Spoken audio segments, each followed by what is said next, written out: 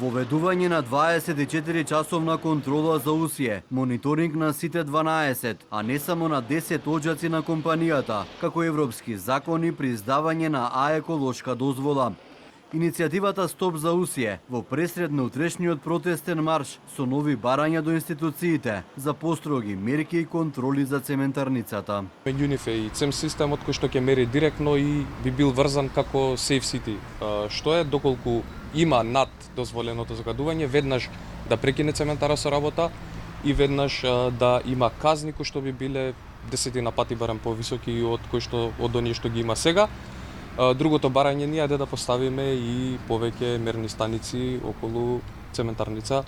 Од Министерството за животна средина на брифинг со новинарите информираа дека од усие, но и од другите индустријски капацитети ќе се бара построги стандарди за добивање на еколошка дозвола согласно европскиот закон.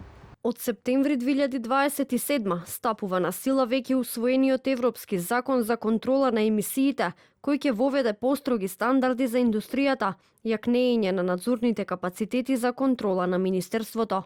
Усие треба да ја обнови еколошката дозвола во март годинава. За да ја добие интегрираната дозвола, компанијата ќе мора во производствениот процес да воведе еколошки норми согласно европскиот закон. Од компанијата Усие реагираа дека повеќе од еден месец биле цел на неосновани напади, иако не биле причина за загадувањето. Нападите според нив биле целосно неаргументирани и тенденциозни. Загадувањето во Скопје беше високо и во изминатиот период кога Титан Усие воопшто не работеше. Имено поради редовен ремонт двете печки не работеа. Едната печка број 4 од 20 декември 2025 година, а втората печка број 3 од 16 јануари 2026 година, се до 29 јануари 2026 година, кога печката број 4 беше повторно вклучена согласно работниот план.